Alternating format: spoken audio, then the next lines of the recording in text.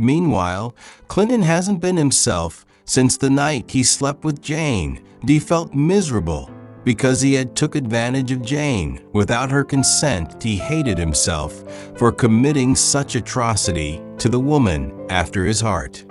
Jane, on the other hand, never suspected anything, as she couldn't even remember what happened that night.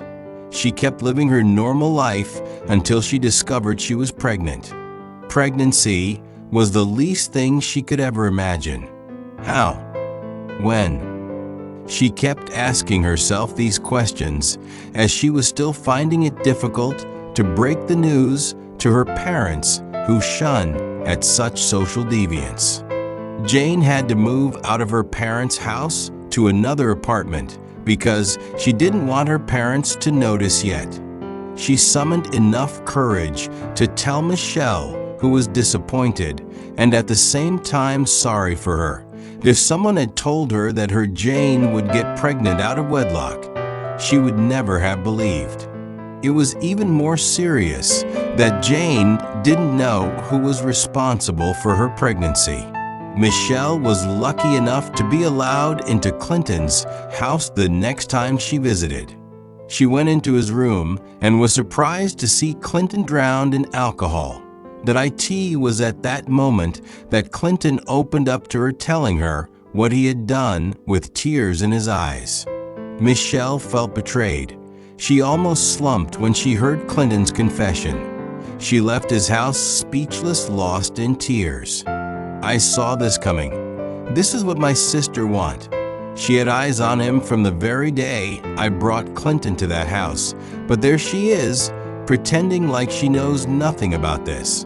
Michelle mumbled through tears as her friend consoled her. Her friend tried to convince her that Jane could be innocent, but Michelle won't have it. Some days later, Clinton summoned up courage and showed up in Michelle's house. He was expecting to see either of the daughters, but instead, he met with the parents.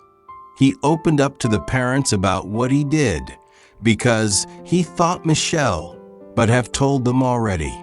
But to his surprise, they were unaware.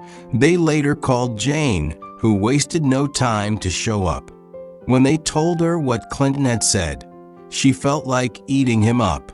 It was at that moment she opened up about her pregnancy, which threw everyone in confusion.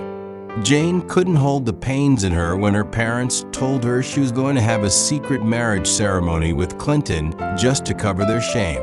She would have politely rejected, but the company was at stake because her father had threatened to take the company if she didn't do as she was told. In less than 2 weeks, Clinton and Jane were married.